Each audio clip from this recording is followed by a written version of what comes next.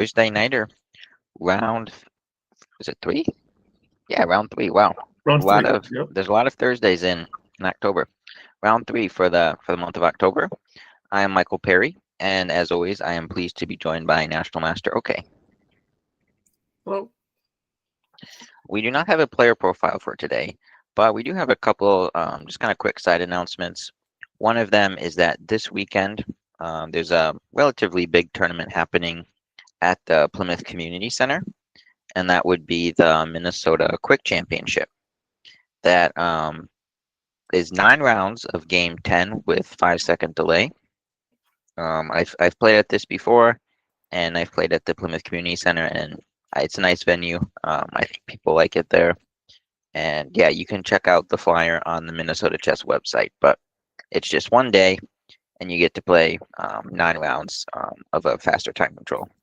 And if you don't like quick chess, you can head to the castle, and there is an exerciser quad.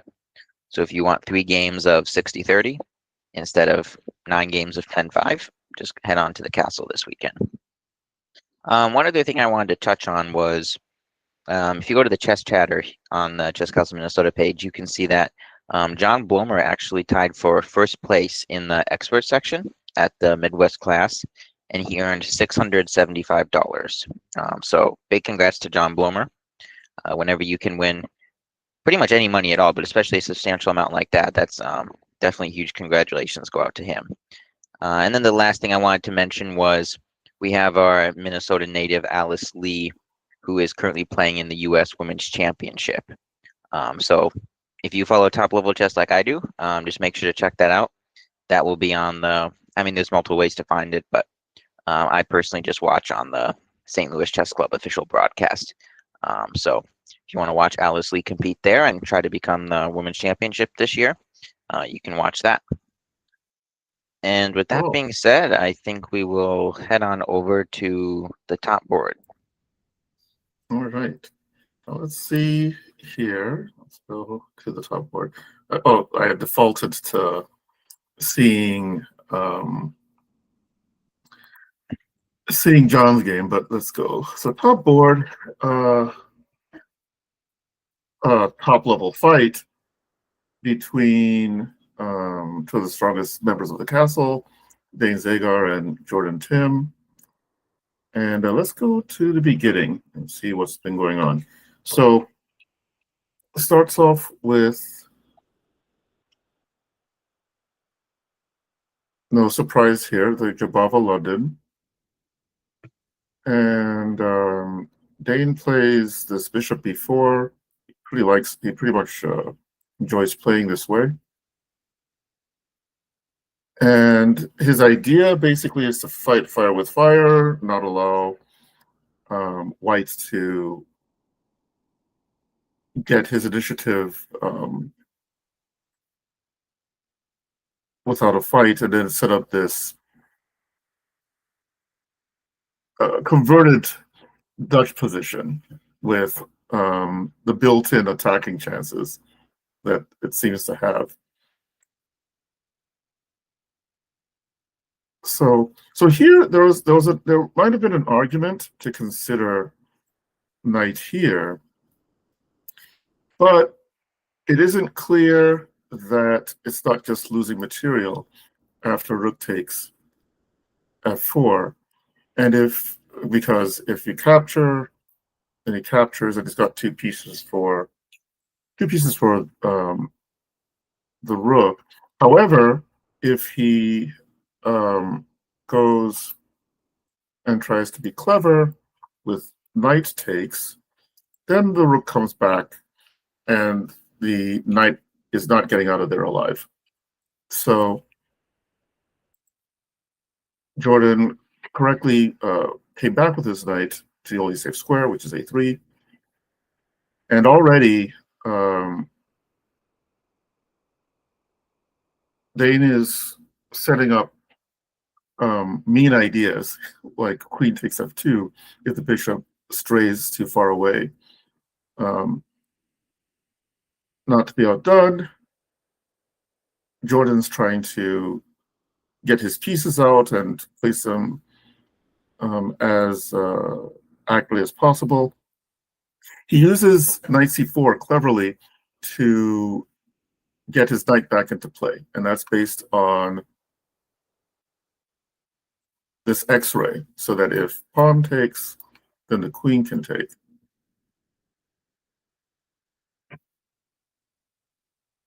However, Dane tries to cut across that idea by playing g6. And now the problem is, can the queen stay on the file, the fifth rank, in order to keep the attack going on the bishop?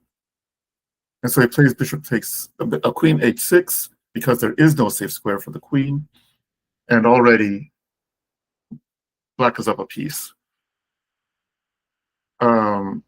And okay, normally in the old books, you'll say, well, and the rest is a matter of technique, but we're talking about Jordan Tim here, and so he's still going to keep on fighting to try and prove some sort of compensation for the piece. So we get this position, and I think this is an important moment here. So right now, black has everything covered, but that's usually not enough. And one of the things here is you want to get your pieces as active as possible, even when you're nominally supposed to be defending against the opponent's attack. And so c5 does that. It attacks the center. More importantly, it is allowing the bishop on b7 to be developed actively on the long diagonal, and could make it difficult for white in terms of maintaining his bishop in the center. So, well, we'll see. We'll see how things go. So he castles. I think one of the other items behind c5 might be tactical, which is without c5, say he had played bishop b7 first, then maybe this is possible, chasing the bishop back. And then the bishop would probably have to go here, or I guess could go to c7, but it's no longer as active. And so c5, it seems, prevents that. Now, what happens after pawn takes? Maybe bishop c3.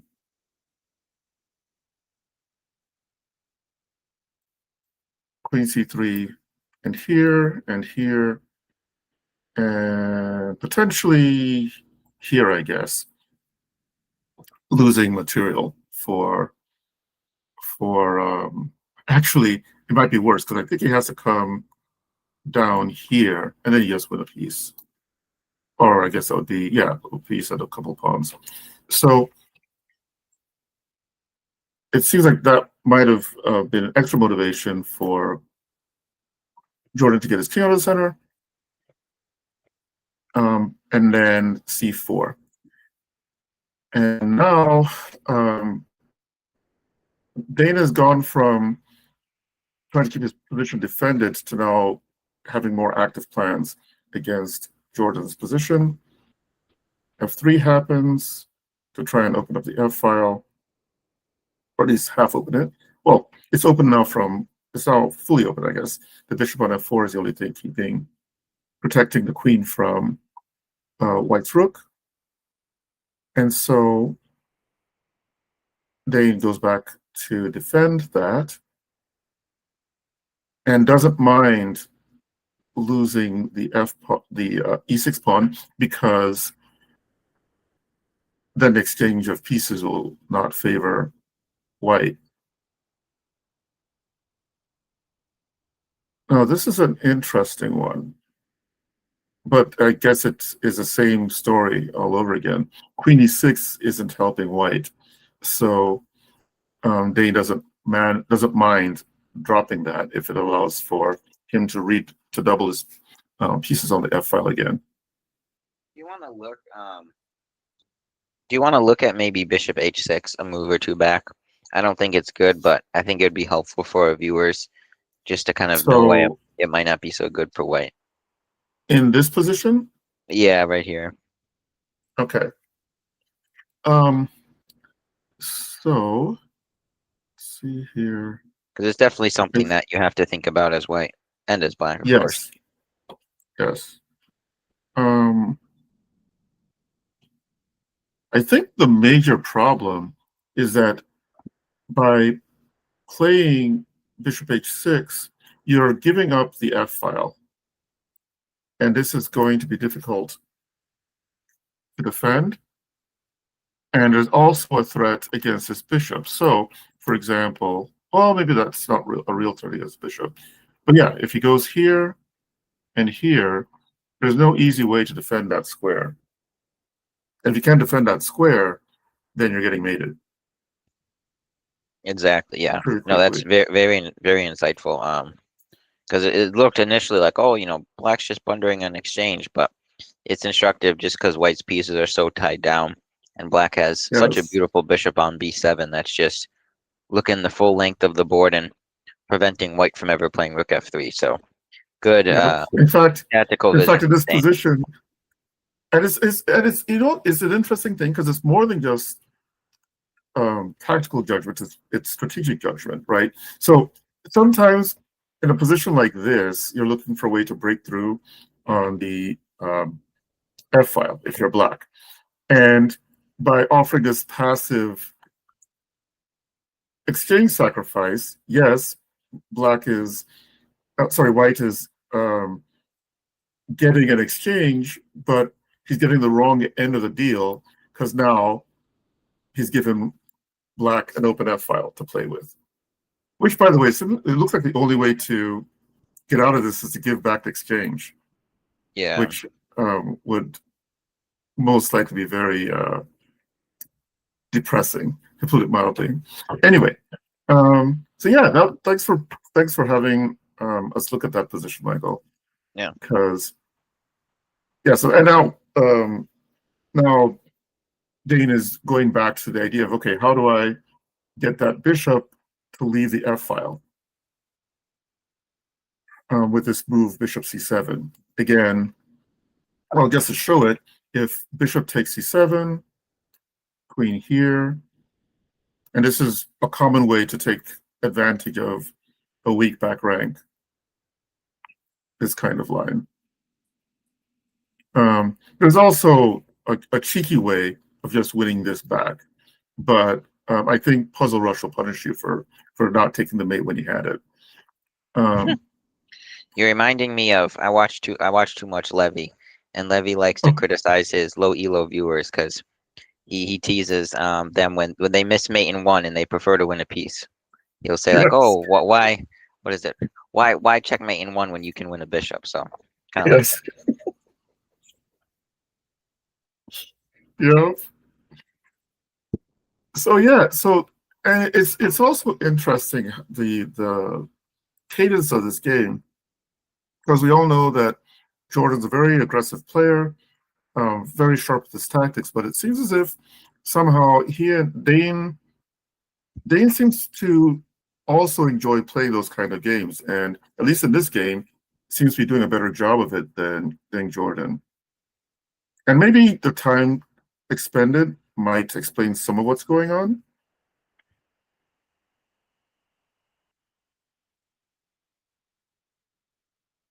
And now all of a sudden, that rook is not looking comfortable.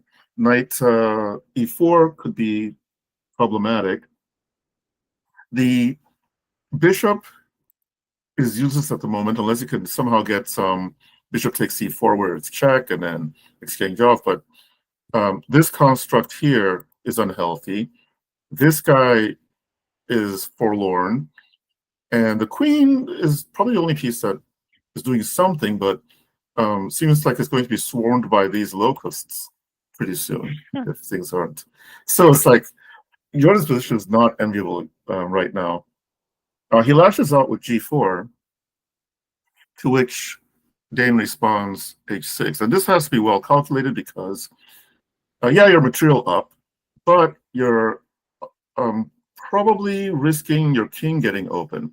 And once the king's position is open, that's the most important strategic element in the game. And that's where accidents can happen. So my guess is, let's see, how much time did he spend? Spent about a minute and a half. Well, with the increment, I guess it comes to 2 minutes on this move. So he must have calculated it deep enough and figured that this would be enough to keep body and soul together. Yeah. Um, yeah, this is probably going to be over uh, fairly soon, I think. Oofta. Yeah, Dane's a mean one. Mm. Oh, would you like to go over the variation of what happens after rook takes? Yeah, I think we should. Mm-hmm. So, among other things, there is queen g5, and then the king has to go. Well, I guess he could play queen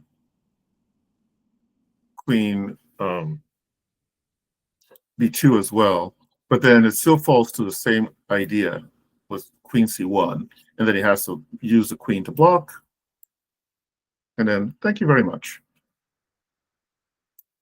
It seems as if the game.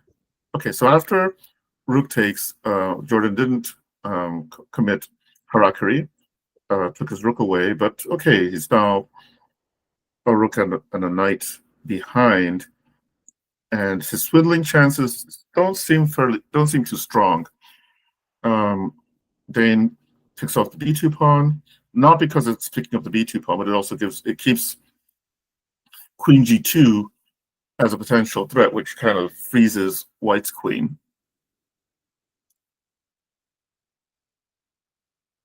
And okay, I think Jordan figured, okay, I've seen enough. This is there's no coming back from this one. So Yeah. that was a nice game by Dane. I want to say Let's nice game by Dane, but I mean, knight c4 in the opening was really inexcusable by Jordan. So I mean, Dane yeah, did do a good job of capitalizing on that mistake, and yes. pretty much never looking back. But I knight c4 is just no good. It's interesting because it's good from a strategic standpoint in that you want to get your knight back into the game because it was dim on the rim over there, but the tactics are important. And so I guess it was tactically bad, very tactically bad. The knight c4 move. Let's take a look at John versus Thomas. See what happened here. So Thomas setting up for his favorite King's Indian. And John was sort of playing a Bodvinic English approach,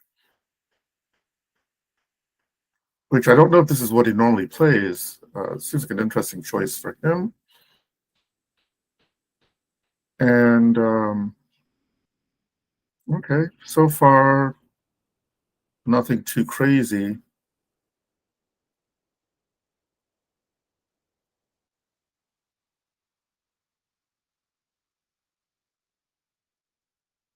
Oh, it's interesting. Very interesting. All right, all of a sudden, I was say, oh, it's going to be some more maneuvering game, but all of a sudden, John has a major threat and is going to force Black to give up the pride of his position, which is this guy.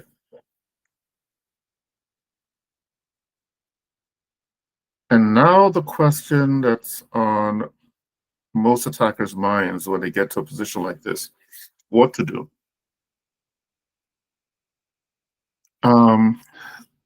John chooses to try and bring reinforcements in.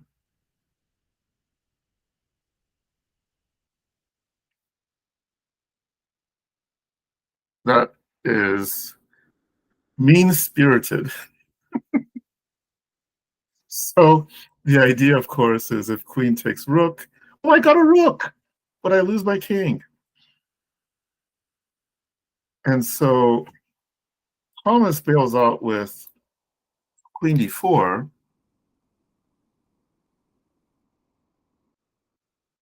And I do not understand how they agree to draw here. Yeah, this doesn't make any sense at all. First of all, I don't. King h2 looks like King h2 looks a bit more actual to me than Rook f2. Oh, I guess b2's hanging, so maybe that was his worry. Yeah, this looks like it. I mean, unless something else crazy happened here, this looks like it's almost. Yeah, how does he survive this?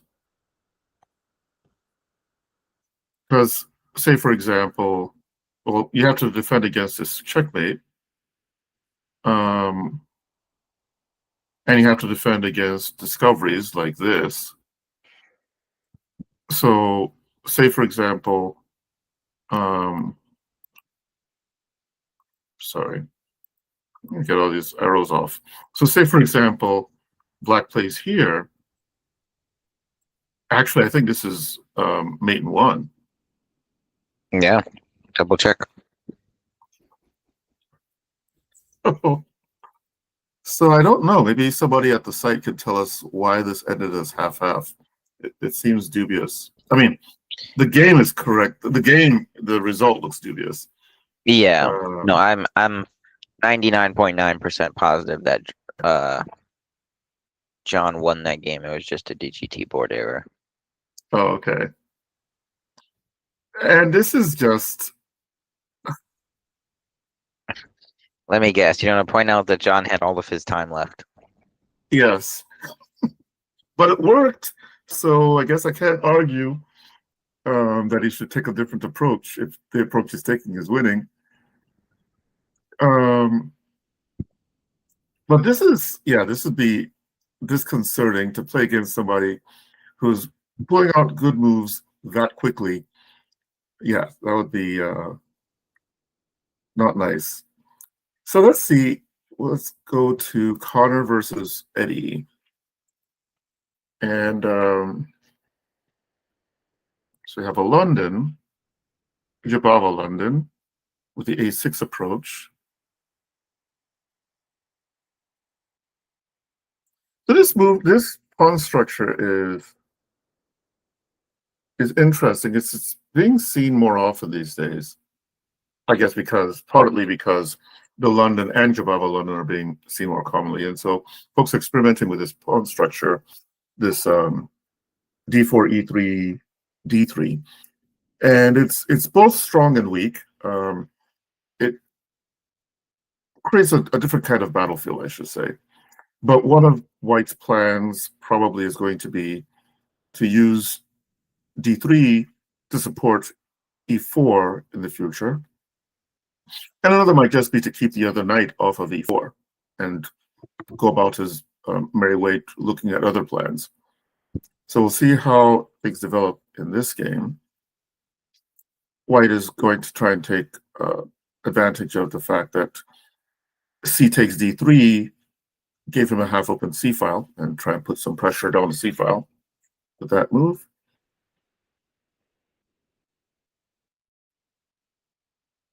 Okay, and now question mark. So this is going to be a tough one for Eddie, just from the point of view of his king still being in the center. Can he evacuate it in time?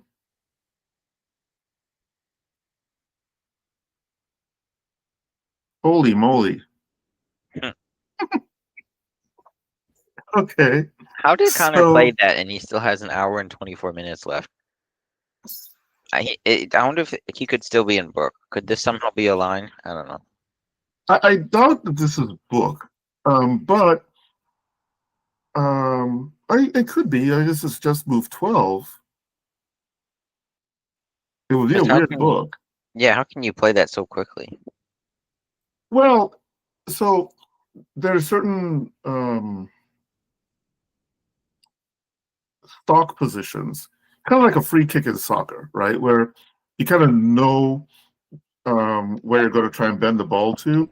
And if the goalkeeper is standing in a certain position, or like, I guess like the Philidor legacy mate, right? The smothered mate with the king on the back rank type thing involving the knight. These knight d5 sacks, for somebody who's used to playing open Sicilian, would at least come to your mind quickly. Whether you play them is a different thing, but there's certain setups where you know that, okay, the knights he can't, once you can figure out that he can't safely capture the knight because you see a line like maybe this and this and this and this, then there's not that much you need to calculate. You just need to say, okay, what if he doesn't take the knight? So in this way, it's kind of a risk-free um, sacrifice in a way.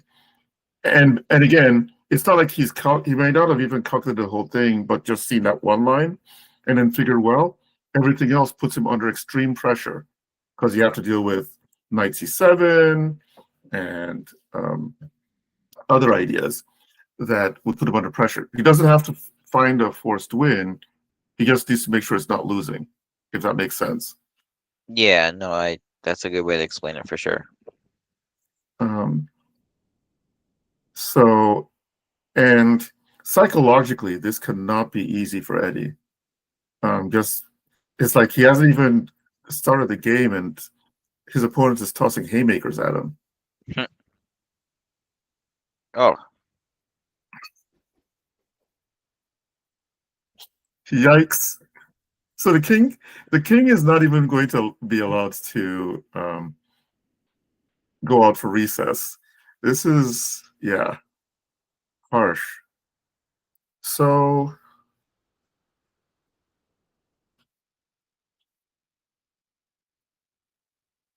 this is an important moment for us. If we can just see, what options should White be looking at?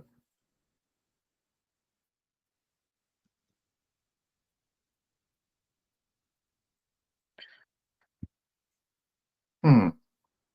yeah, I think you look at everything. Look at knight takes f6, look at bishop c7, look at knight c7. Those are your main three moves. I mean, you could consider a move like knight e7, but it doesn't really do anything. Yeah, And and then lets the white king could get probably away. even castle. Yeah, I mean black could probably even castle.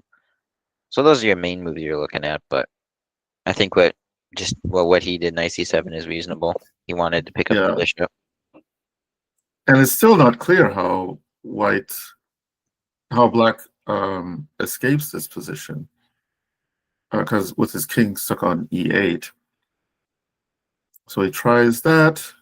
Connor maintains, but creates a pin, and coincidentally is also attacking the a6 pawn.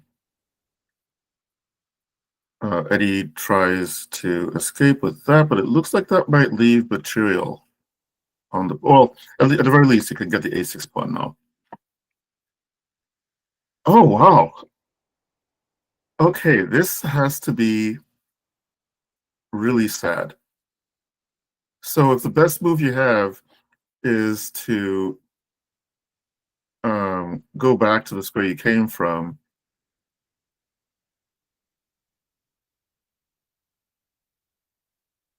oh man. Yeah, Eddie's position is um, pretty much donezo. But he needs to continue fighting because Connor has the right enshrined in our Constitution to blunder this position away. So we'll see what happens.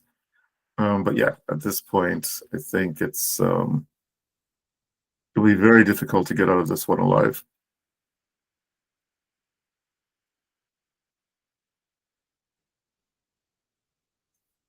Oh, maybe there are chances all of a sudden.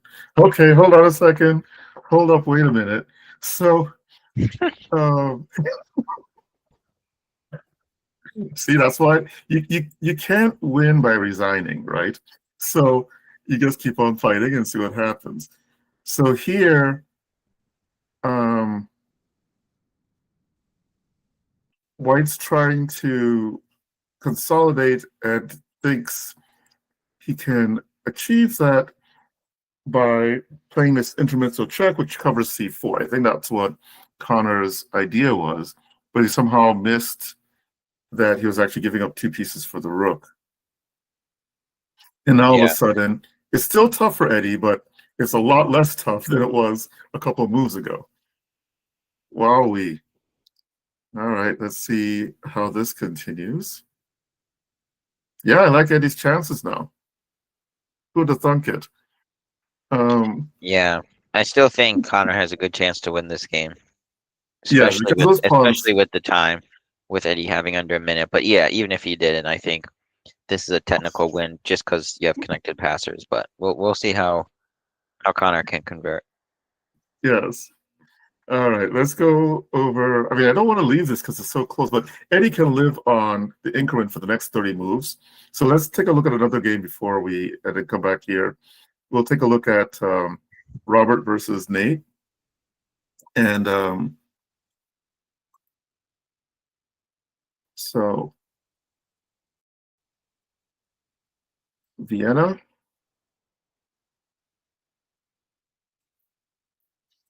All right, Robert, what's your plan now? So is the idea basically to allow d4 to happen, or is it because he wants to play f4 and not have the bishop on that diagonal? I guess That's what we'll I'm find out thinking. soon Yeah. enough. Oh, or maybe not. Oh, Unless he wants to maybe play knight not. a4. Okay, he wants to play knight a4 at the cost of another pawn. So, oofta, what is this? So it takes. Oh man, Queen h4. Okay. yes. So, um, so Robert decides to fight fire with fire, but oh, now is taking on f7 that well, yeah, because if you take on f7 after knight c5, you can't play knight d1. So these guys are Going some punches. tactical gymnastics here. Yeah, so the idea is if capture, now he can capture here, and he can't do this because of the pin. And so after a move like this, then you capture here, and it seems like White is doing fairly well with Black's king exposed and his pieces all developed, while these guys are still in the barracks. So let's take a look here and there. And now for our next magic trick, Nate plays knight h3, which could be a prequel to a draw offer, but obviously Nate does not have any inclination towards drawing here.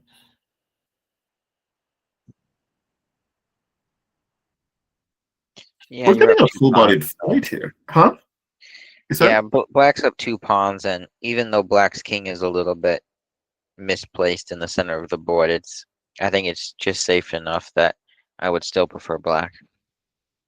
Well, he has to deal concretely with this thing, this move, and I Yeah. think. Wait a second. He's actually. I forgot. He's actually attacking the bishop on f7 already, so you can Mhm. just take that.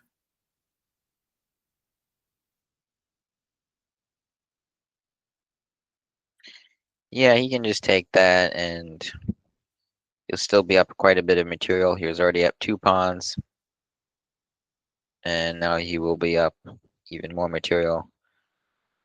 But yeah,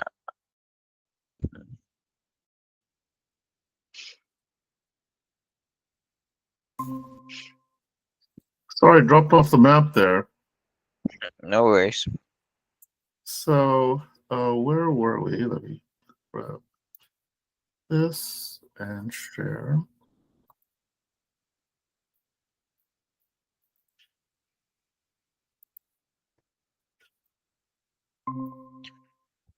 Just Okay. scrolling through this game, I like where it's headed. I think we're gonna enjoy this. Oh, all right. So, are we back on? I think we're good to go. Yes. Okay. Yep, we're good.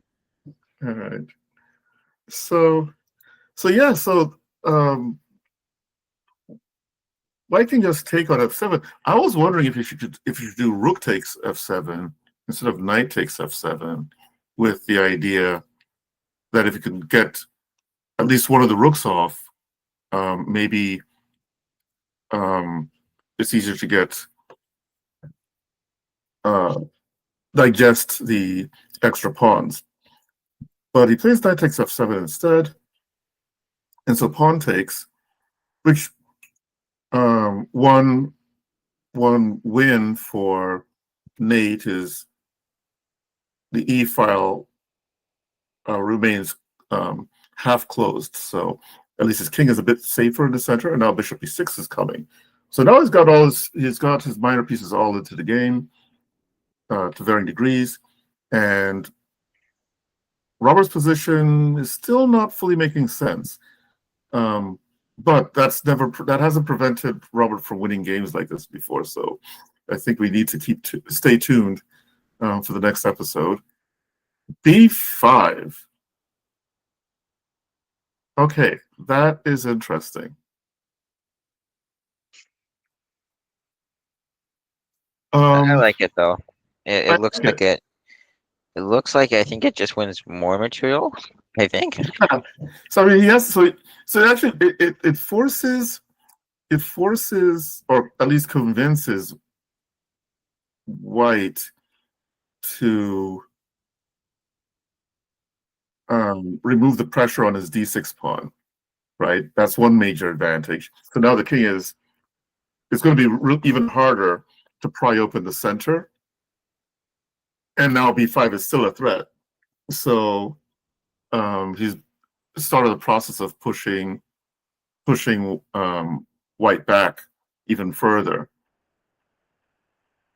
Now knight c3 occurs, and I think b5 is still possible here. I don't know if it's good, but it seems like it's still possible here. Can he play b5? It looks like it. Yeah, taking advantage of the overloaded knight. Exactly. Huh. Where's the knight going? So he's losing a piece here. Yeah. Well, unless he has knight d5.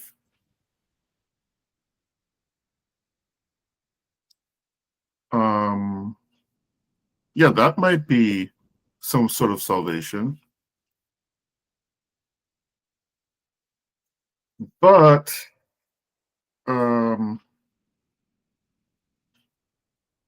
maybe black plays rook takes, there's pawn takes, and then rook here. And that's the end of Yeah. White's counterplay. I like that line. That looks smooth.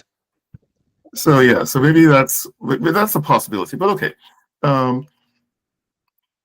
Instead,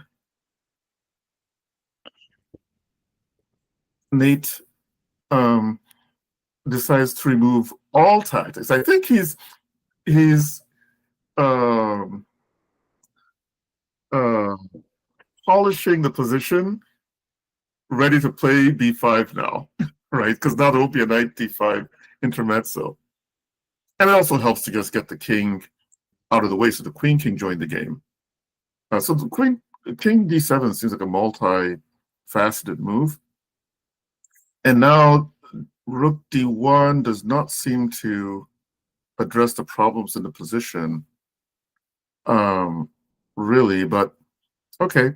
Let's see if b5 is possible here. Seems like a broken record type dealio, but how is... Oh, it does do something. Okay, that's a clever one by Robert. So these guys are really doing some nice hand-to-hand combat, yeah? Mm-hmm. What do you feel? Yeah, no, very, very tense.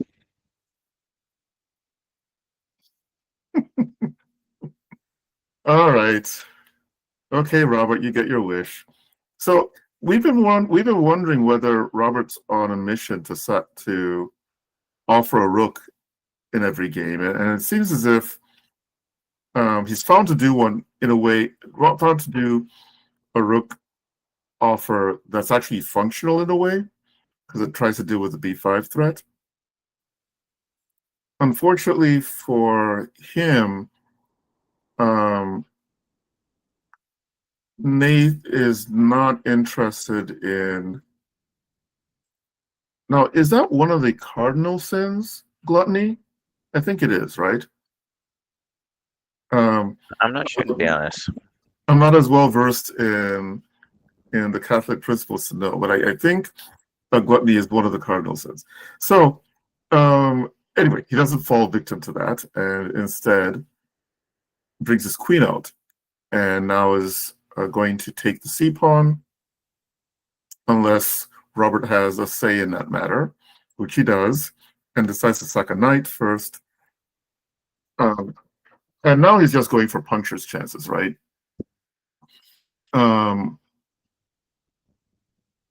Which Whoa. Nate... Huh? No, I'm just saying whoa in disbelief. Yeah, this is Oh, a he crazy sacked the game. rook twice. Okay, the second time it was forced. It was, well, Yes. I guess, I mean, yeah, it's pretty much for, unless you want to go king d7. But I thought he was going to go... Now let's see what happens after... Does he run out of wood for the fight after queen e6? yeah, just queen d7 should be good. Okay, there is nothing. Okay, so so he has to go this way, and ouch. And there's nothing here. No. There's nothing here. So the game might continue to go on, and I think his best chance comes from the fact that Nate only has 3 minutes left on his clock. Let's see what happened in the Connor Eddie game. So go back here. Okay, so we get to this position, and Connor has a rook and 2 pawns for the knights, and more importantly, the pawns are connected and passed. So let's see how he goes about taking advantage of these features. He plays rook c1, getting the rook file, hoping to penetrate somewhere along that file, and then b5, which is now threatening rook c6, so that the king is forced to stay home, the black king. And so Eddie figures he should cover the c6 square, maybe allowing his king to come in. And I like this. He understands that he likely needs all hands on deck in order to get his pawns moving. And so he brings his king to a good position. It's going to go to b4, which will help support the a5 push. And he's just scrabbling to create some sort of defensive line, but it's not going to be... It's unlikely to be successful, just because, as we all know, or as is fairly well known, the knight is a bad defender against a rook pawn, and when you have the two connected pawns like this and the rook ready to back it up, and the king, um, part of the vernacular, all up in his grill, it seems like this is not going to end in too many more moves from here. Yeah, this is now done. Notice that the knight on b8 has no safe moves, so practically Connor's a full, well, he's up a full exchange technically, plus a couple of pawns. And even here, the knight on b8 is useless.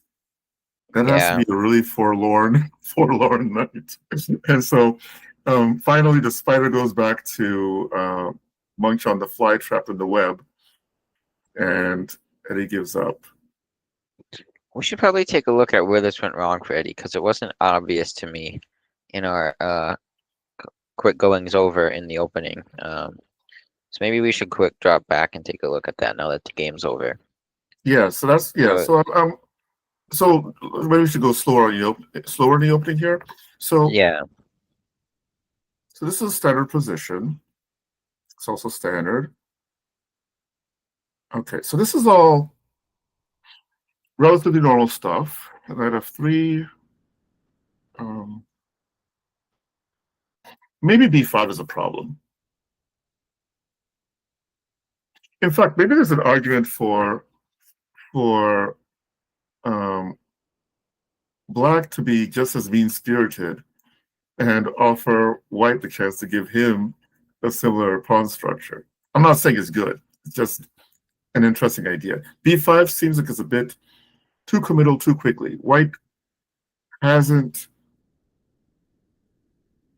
made enough bad moves that Black should be able to get an initiative with b5 before he's finished developing, I think.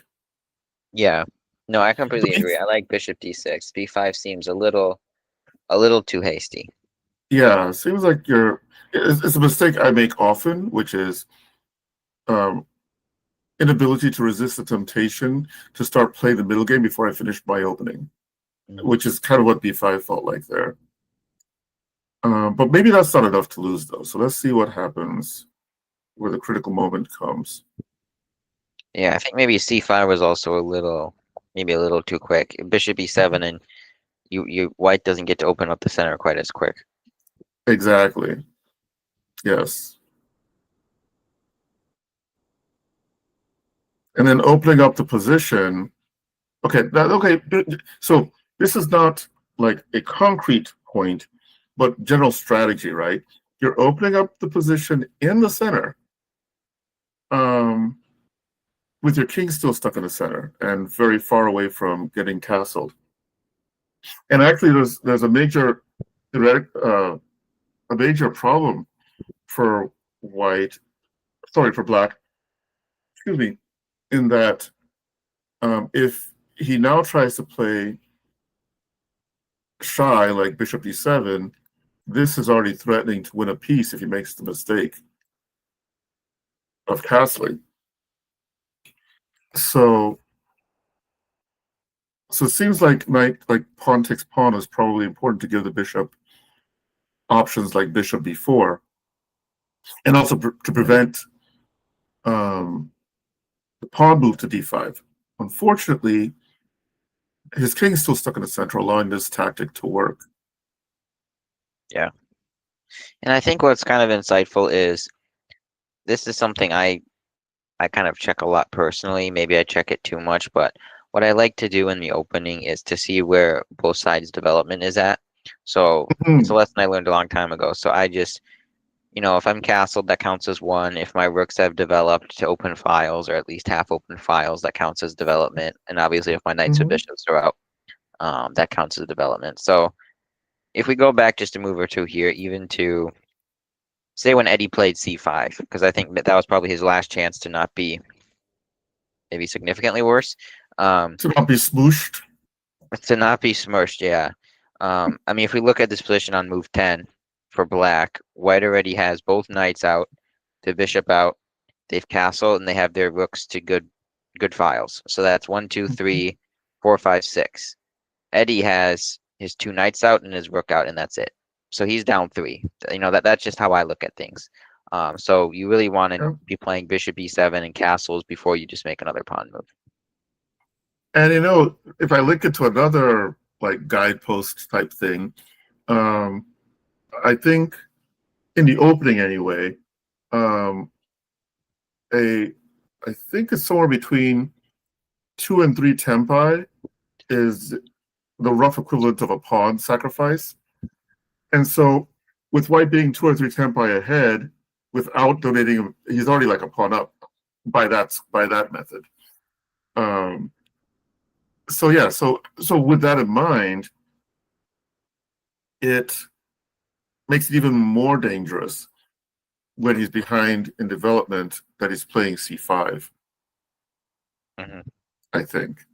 And Connor's response e4 is almost thematic. I think we touched on, one of the plans white has in this pawn structure is to eventually get e4 in.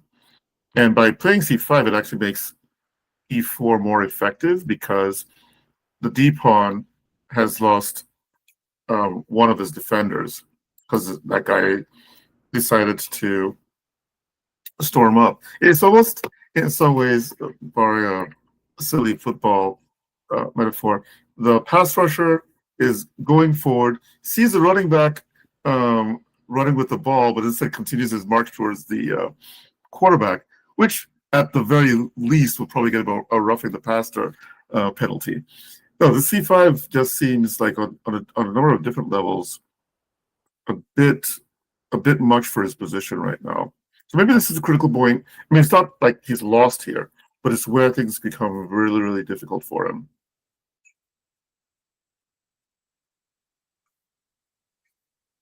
Yeah. And now, yeah. And once the bishop is forced to give up control of this diagonal, and especially the square, allowing bishop d6 is just, yeah. I think this is where things are definitely hard to retrieve for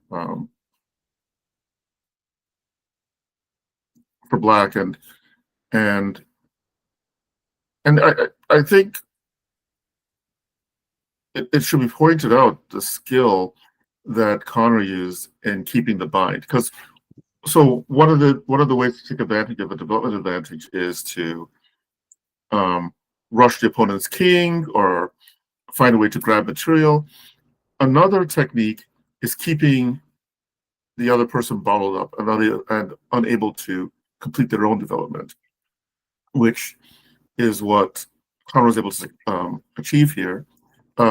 We didn't mention it during the game, but this is not working.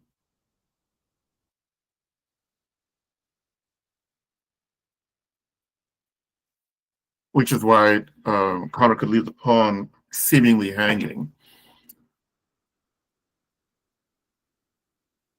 Yeah, if I had to give a summary of this game, almost like an AI summary, I would say, in the Thursday nighter game between Connor Weatherly and Edward Wasserman, Edward played 2 slightly dubious moves in the opening, characterized by b5 and c5. Connor expertly, and via his rating as 2100, handled the position deftly by moving his knight to the center of the board with knight d5, and ever since then had a nice advantage. Something like that. Yes. I think Perplexity will be proud. At least I think that's one of the AI thingamajigs out there. Oh yeah. But yeah, this is a pretty well executed game by Connor, and I guess that puts him closer to the standings. But at this point, is Dane on 3 out of 3? So he probably can't be caught unless he loses next week, right? Well, there's 2 more Thursdays actually, so I think the field is still wide open. Oh, that's true. October is a five Thursday month. It seems like Nate was able to get the job done in his game. Let's see what's happening here. So So we left the position here and there. Oh, that's cute. That's way cute. Is it necessary?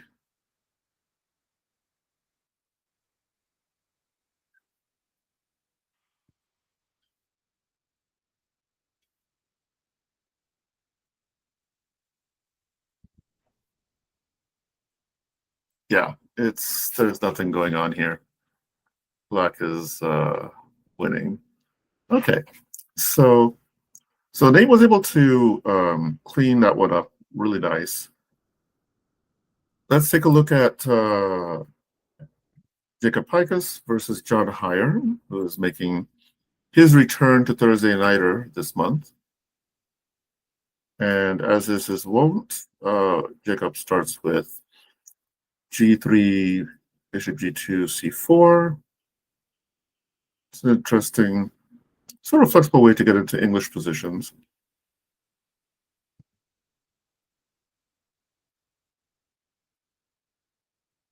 And so here, Jacob is showing his intentions of trying to be dominant on the central light squares, especially the d5 square.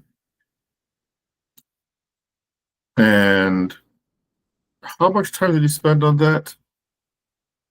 22 minutes. So this is not home cooking, apparently.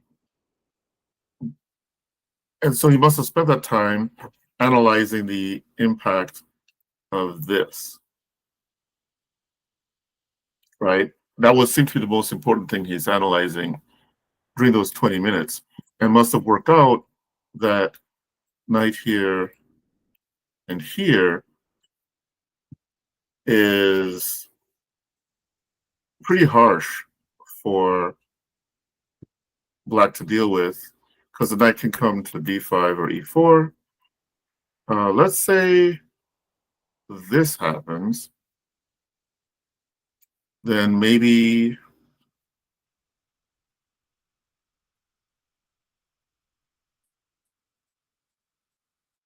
he's playing bishop h3. Yeah, bishop h3 probably. To follow up with knight e4. I might play knight e4 immediately. I don't know that it matters too much what move order, but he might have calculated this and come to the conclusion that he's probably getting material back, because if he tries to finagle his way with this, then you first capture here, and he still has to deal with an annoying pin. Oh, this is ugly. And I think he's lost 2 pawns, and his king covers garbage. So that's probably what Jacob was thinking about during those 20 minutes: is can I get away with bishop h4? And John took 10 minutes to come to the conclusion, yeah, he can. But this medicine might be worse than the disease with this 97.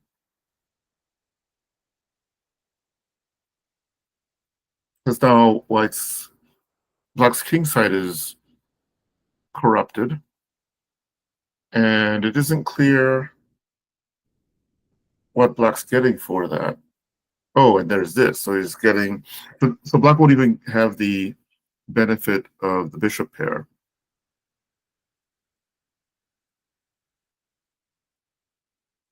I don't know about playing it this way though. It's going to be hard for white. I mean, I prefer white here, but I almost preferred to just open up the center with like e3 and And d4. d4. Yeah.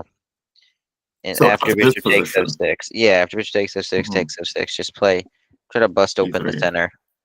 I mean, Yeah. Black's 2 weaknesses on the f file aren't really going anywhere. So maybe just slow play it a little bit. And if they move, if they move forward, then they're probably easier targets too, right? Yeah. So he's kind of stuck.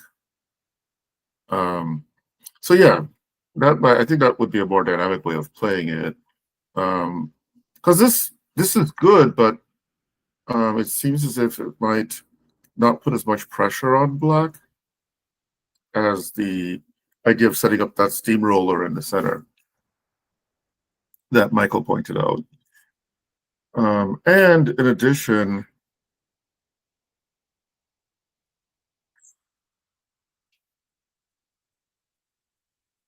can he get, well, I guess it's starting G4 maybe.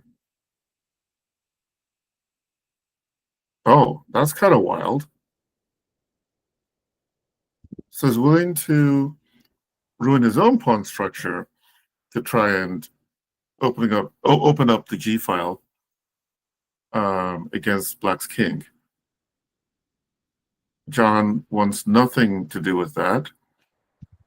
Jacob says, please take my knight. I'm not sure what the rook on D1 is doing, though. Unless maybe he's now looking at playing E3, D4.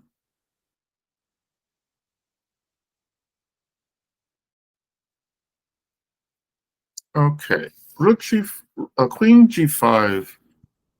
Actually, Queen G5 is not too bad because if he exchanges off, then he has a better of the endgame there, and maybe he should exchange off now on E3. I think I prefer black. I mean, white now. Well, I guess white's still up a pawn, but I mean, what's his pawn? A doubled H pawn? So, Wait, no, going on it is. here? So, It is equal material. There's doubled pawns everywhere. This is confusing my yeah, puny brain. yeah, there's double pawns all over the place. But I'm wondering if well, maybe there's no rush. He plays B6, but that weakens this guy. That's my thing. But then maybe he's going to play Rook E7 anyway, and eventually bring the bishop into play. It's okay. Maybe B6 is okay. I think we can always just pick up H5 if we want to. Yes. So, which he does at this moment. And now he has to get his king to a safer square than G7. And he chooses H8.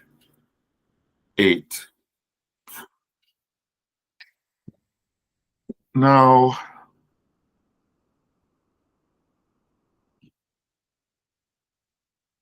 is there an argument for king f6 there? Well, with the rooks on the board, maybe this is the right approach. Don't give white new chances.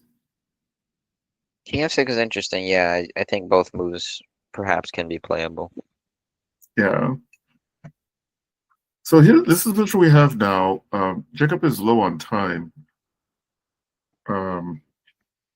Black has an extra pawn, but it's a doubled F pawn. Well, he has doubled F pawns and double C pawns. But I don't think white has enough compensation for said pawn. He's got a weak pawn here and a weak pawn here. He's a pawn down. His rooks are not really better than black's rooks, and his bishop isn't really. His bishop is actually technically worse than black's bishop. So Jacob might have a hard time here. Let's see. There's another game going on. Oh, Eric Galan played against Jeremy Kyler, and oh, goody, we get another English with G3. Almost like the other game. Okay, so Eric plays the more fundamental D4.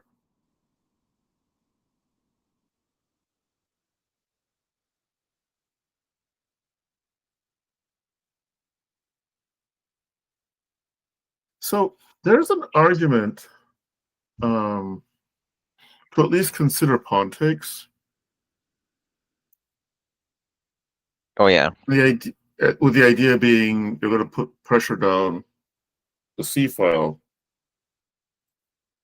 and the C seven pawn. But okay, bishop d5 is okay. But it doesn't seem as if it allows white to put as much pressure on black's position. And so black has some flexibility now as to what it wants to do. That said, this box of pieces leaves an interesting impression. No? Yeah, no, I really do like takes d5, like you suggested. Not just because it kind of makes c7 somewhat of a backwards pawn, but also because it just gives white more space and it makes it harder for black to exchange off pieces. So like in this Yes. line, black can no longer try to exchange off pieces on e6 like he could in the game line. Yes. Yeah, I think this. I agree. I think this would have been a better reply for Eric. So, well, let's see. So then this happens in 96. As you pointed out, e6 is now available to the black pieces because there's no d pawn on d5. But Eric is building, and I guess one can argue maybe he has a slight niggle in the position, not enough to make too much headway. c5, very good by Eric. It just so happens that now he has a ton of pressure on black's position. And I mean, there's an argument for black playing bishop c6 instead of allowing this funny pawn structure to appear after bishop takes c6, and then he doesn't have to deal with the c5 thing right away. With c5, maybe he missed that the bishop on d7 was underprotected, and thus the c5 lever was stronger than he thought it would be.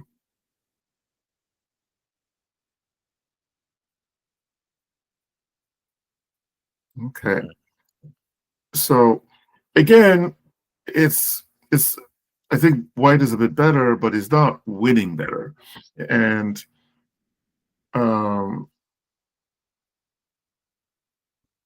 it'll take quite a bit. Well, right there, that just gives up a pawn, right? Hmm. Oh no. All right, that's kind of because I think if black had dug at his heels, he could probably do okay here. Maybe bishop e6, for example, might have been a decent approach. Yeah, it's definitely uncomfortable. Bishop e6, bishop d5. Sorry. So bishop e6 and then bishop d5. Yeah. Yeah, It's not a comfortable position, but it's also Probably there's something better than losing a pawn is the main point. yeah. It's not. That's what I'm saying. It's not losing a pawn. As I was going to say.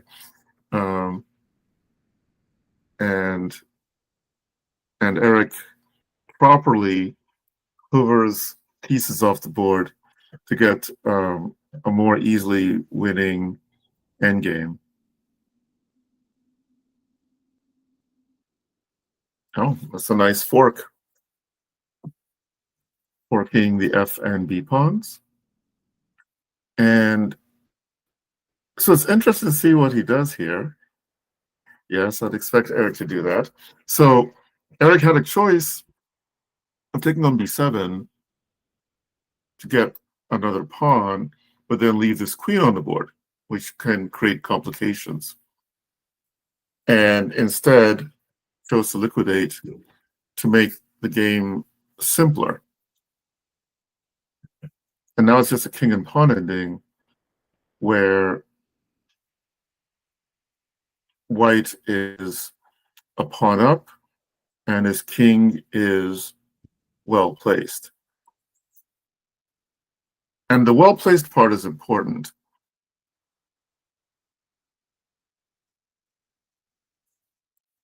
because he's in a spot where, because he's well placed, Jeremy didn't feel he could afford to go here, because then this happens and he can't get back in time to defend his pawn.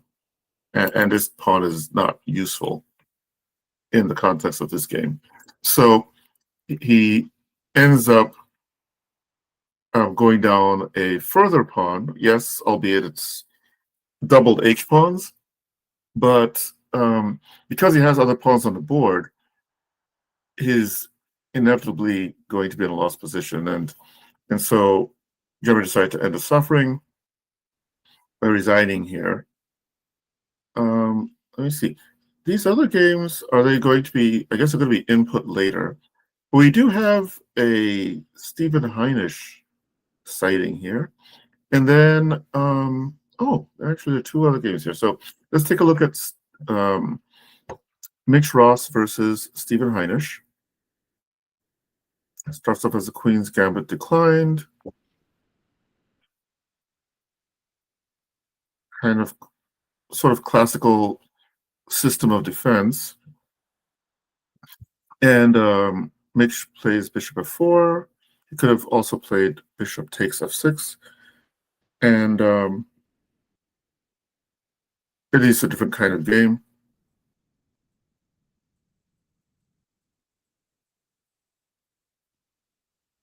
Okay. So at this moment, nominally, white is maybe a smidgen better, but not better enough to be thinking of winning or anything like that. And black definitely has chances to equalize the game and then potentially go forward after that.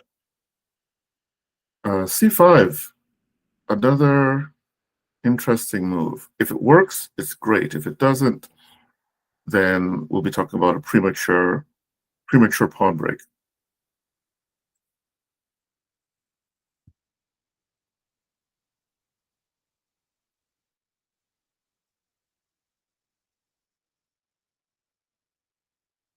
I'm not sure I like that one. I mean, I think maybe capture on c5 first as a possibility, and then leave him with the IQP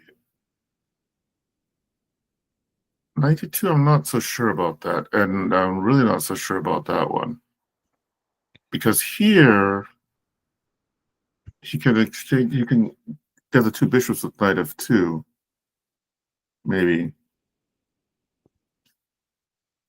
Or knight t2, I guess, is also doable. And so now we have an interesting ending. CD5, DC5 looks like it wins a pawn, but then black is counterattacking white's e3 pawn, and so he gets his pawn back immediately. And voila. Black's position is now actually looking a little healthier, I guess, because his king isn't as exposed. White's king side has been Swiss cheesified, if I may. And so, again, it's not like black's pieces are ready to jump into those spots, but if you're just looking at it from a distance, yeah, maybe I might prefer to be black here. And so black gives up a pawn to get his rook to the 7th rank, and is now threatening checkmate.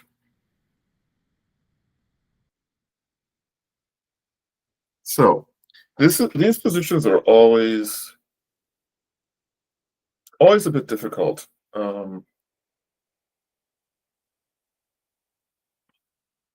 Do you go all in with your attack, or do you simplify into an ending that you hope you can outplay your opponent in? By playing rook d1, offering the exchange.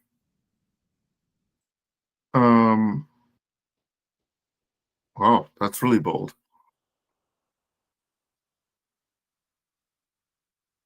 I suppose it's legal, and actually, it seems as if Steve is ahead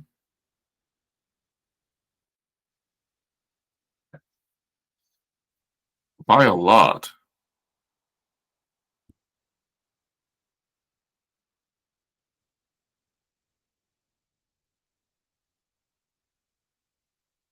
What? So yeah, this is strange. Okay, this So isn't right. what happens if he plays f4? Yeah, that's what he should play. I don't see. And then I queen don't d5 s- must be a DGT error. Yeah, queen d5 is probably a DGT error. But they agree to draw, so I suppose maybe there's something we're missing. But even a draw doesn't seem right. I mean, isn't white just Yeah, preferable? At very least, you yeah, don't play it out. exactly. Yeah, this seems like it seems like one of those games we'll probably find out what really happened by Monday Yeah. when Nate goes through. So Juan Carlos Perez is playing against Jules Billmeyer, who I think I played against her brother at maybe the Roger Hale or something. Okay. Um, so let's see what's happening here.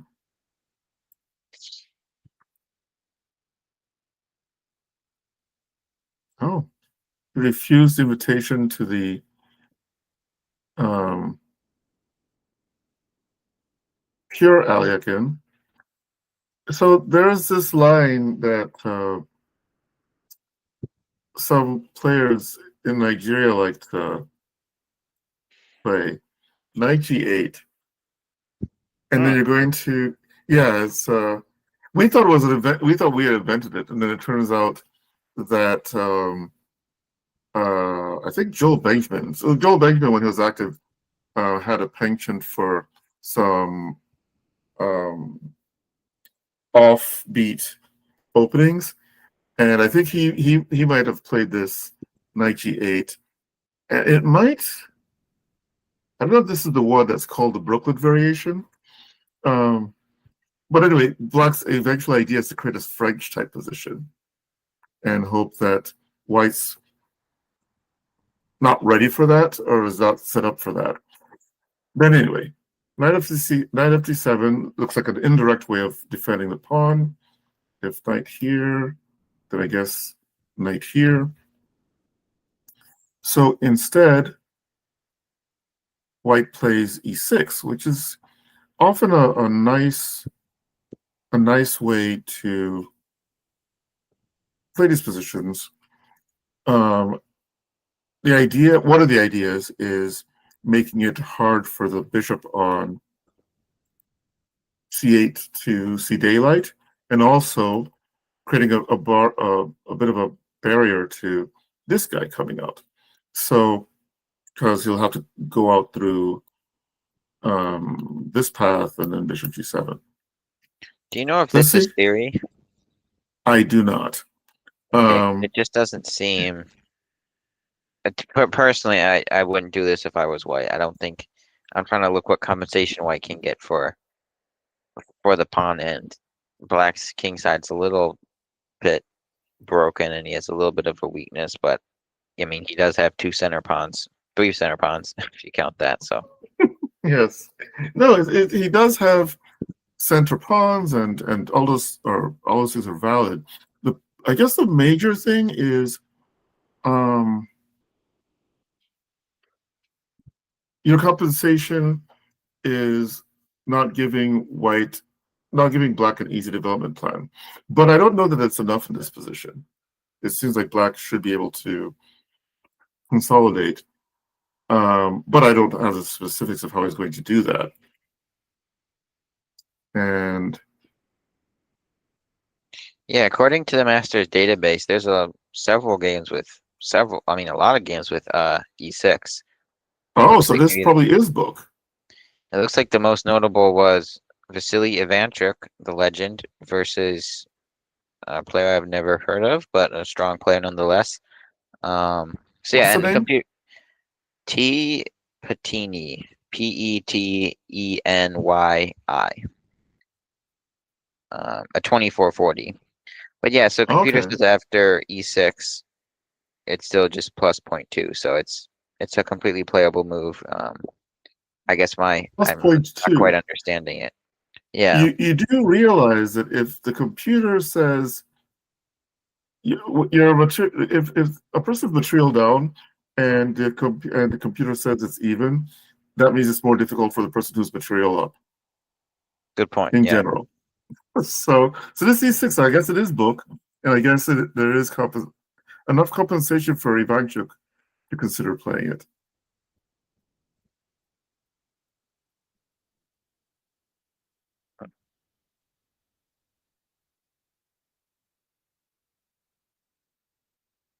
Oh darn! I was actually hoping. Well, okay, it's kind of silly. I was kind of hoping for this. Mm. Um, and it's still possible, actually. Um, although I don't know if I'd recommend it, but he did it anyway, so maybe it's good. And it gets even better after that one. Ah, poor Jules. She's not getting out of this one. No.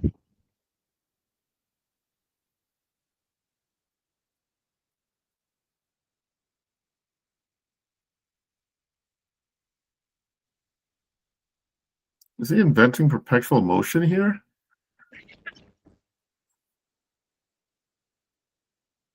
Oh man. Okay, I know it's a pun that's been used probably zillions of times, but this is definitely a nightmare. Um,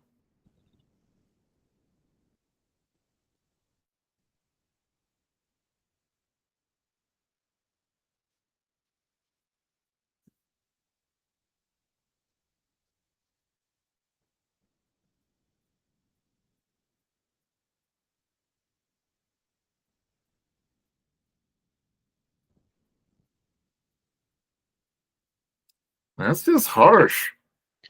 That's just harsh. That's Oh a good my. game from Carlos, though. Seeing that Yeah, yeah. e6, I'm guessing that he had that all prepared. Well, at least he knew the idea. So as I said, I think I mentioned that E6 is a known kind of idea where you're trying to block pieces in, but I didn't think White had enough for that pawn.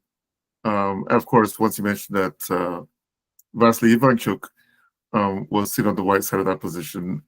But let's see if we can defend better for Jules here. Um, okay, so here, there. Okay, that might be wrong. There's absolutely no reason to move when you're this far behind in development. I don't see the reason supporting moving that knight a second time when among your priorities it needs to be getting the king out of the center, maybe getting your other pieces developed. In fact, maybe knight c6, as weird as it looks, because normally you want to get the knight behind the c pawn, but time is of the essence here. Maybe knight c6 covering e5 is a possibility. And then maybe you can get g6 and bishop g7 in. So that might be something that she could have considered, because knight e4 just seems really cavalier to me. Um, again, it's an open type position, and the old advice about trying to move each piece only once seems appropriate here. Because using your method of tempo counting, where are we now with white and black? Yeah. Well, here it's 2-1.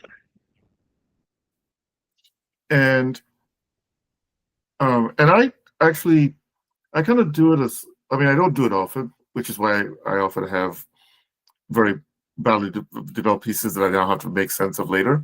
But what I do, I'll sometimes kind of go about it backwards, where I say, okay, how many moves if the other opponent is doing nothing, how many moves will it take before um, each side castles and connects the rooks?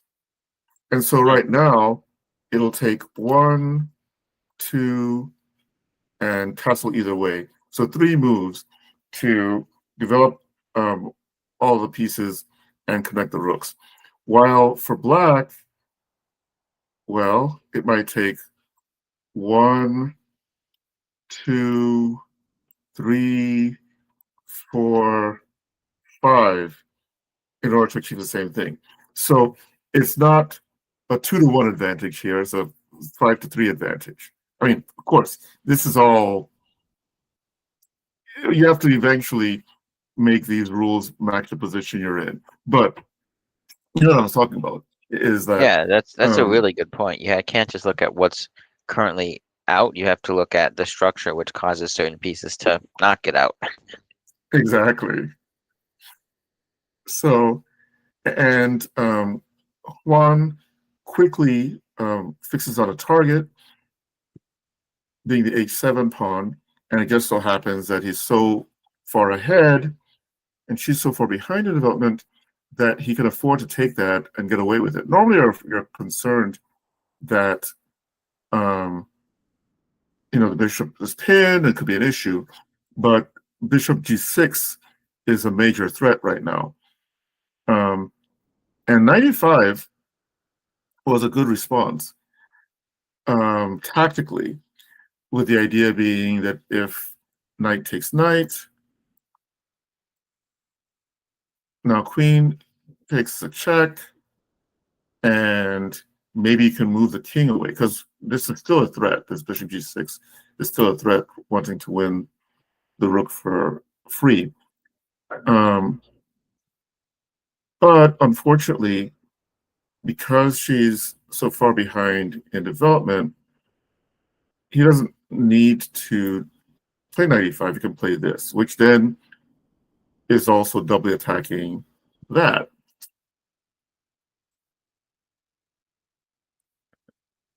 So then she feels compelled to play knight takes, and sorry, knight f7,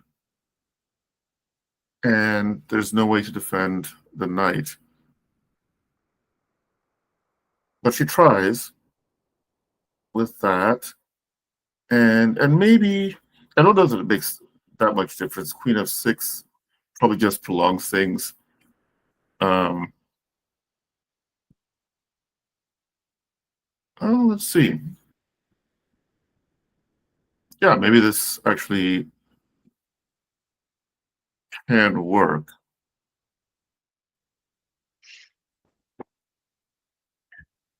What's happening here? Yeah, it looks like they might be hanging on. Yeah, this might actually be hanging on here. Yeah, wait, I mean, yeah, it's yeah. still a miserable position, but yeah. No, that's a good find. Yeah, no, they're hanging on. And in fact, g6 might be a threat. Maybe, I don't know, but at least she's not losing the knight immediately. So even in the worst looking positions, there's often, not usually, but often, some sort of escape route. Here, I wonder if okay, g6. Yeah, after this it was just had this appealing feel to it. The knight going back and forth, um, making Black's life miserable. Yeah. No, but Yeah, kind of like so you that was, mentioned, there was those couple moves in the opening. Just A6 was a little slow. Um, yes, and then also not just A6, but 94. I think 94 was the real. I mean, a6 actually. no, he's coming in with knight b5. She might have been afraid of, and it's okay. Maybe there's an argument to keep the pieces off the b5 square, but knight e4, I think, was really where she fell further behind. And actually, I think that's still knight a6 was probably not even necessary there, because if she does play, if Juan does play for knight b5, you can always protect c7 with knight a6. So, for example, say Yeah. g3, g6 happens, and if this happens, then you always have this. Yeah, and white Protects basically the just thing. wasted a move, so that's why a6 is a bit dubious. Yes. Yeah. And also g6 also helps to deal somewhat strengthen that diagonal, and also prepares to get the king out of the center.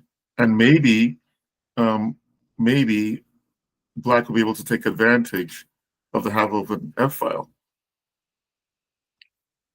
Just some ideas. If Jules finds herself in this position again, that it's not all lost. I don't think this is a lost position for black, but you need to focus on the fundamentals of Yeah. opening play. So I think we've covered all the games. There's Norman Mirren, Davids, Altabars, Nora Stewart versus Uncle Vinny, Wisniewski, Kevin. Okay, so these games are probably just going to be entered into later. I guess they're not really connected to the DGT boards.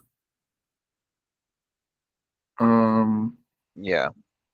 I've been interested to see Roger Hale's game.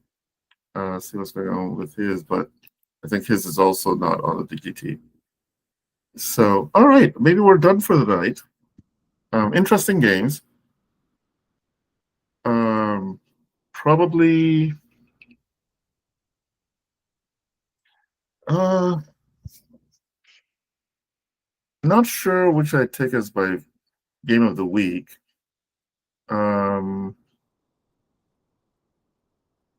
Maybe just from the strength of the opposition, Jordan versus Dane might be. Just in the way he took advantage after knight c4. But as you pointed out, knight c4 was a bit careless on Jordan's part, so might have spoiled the quality of the game. Oh, of course. I think maybe the most instructive was this one. Connor's game against Eddie. Yeah. Yeah. All right. Any other announcements we need to make, or? Only other announcements would just be the sponsorships. We currently have, as always, Matt Jensen with Chess Goals. You can check those out. They're simple chess courses for non-grandmasters. You can learn complete repertoires in under 100 lines, and you can just use the coupon code CASTLE to save 30% off any of those courses. I just checked the website, and you guys should too, but just go to chessgoals.com and you can see the different courses he has, and then use that coupon to get a discounted price on just or an already cheap course. And then our other sponsorship, and this is a new sponsorship. Last week we announced it for the first time, is Webeccentric and shop.webeccentric. So you can see it kind of in the YouTube description here. But Webeccentric is empowering small businesses and startups through tailored digital solutions. Webeccentric specializes in custom web development, crowd solutions, and digital strategy for small businesses. With over 25 years of experience, Webeccentric brings enterprise-level expertise to businesses of all sizes. We're here to help. Reach us at webeccentric.com and shop with us at shop.webeccentric.com. So the shirt I'm wearing right now is from that shop.webeccentric.com. and you can go there and buy that as well, along with some other cool merch products. But yeah, I believe that's it. We had some fun games tonight, and are you planning on playing the quick championship this weekend? Okay, or No, I'm going to be staying up north this weekend. I think my next foray would be for the senior championship the following weekend. Probably. I haven't confirmed. I need to make sure. See, for whatever reason, life continues to get in the way of proper chess playing, and so once I can get everything set up, then yes, I'll. But I will be able to come down this weekend. I don't think I've okay, ever played that tournament. Now that I think of it, will you the be quick? playing? Yeah, I don't think I've played the quick before. Yeah, and I will be playing the quick. I said I played it at the beginning, but I'm starting to think now. Maybe I just played it once. This it's a new tournament. We've had it just I think this may be our third year having it or our second year. I know Oh, okay. Andrew Titus was last year's champion. He was the both the Blitz champion last year and the Quick champion. So he's Oh, trying to wow. defend that title. But I didn't see him. I don't think he signed up yet, or at least last I checked. So it's uh it's an open field. Oh, nice. But I think Oh, that does it from us, folks. This is Michael Perry and OK signing off, and we'll see you guys next week.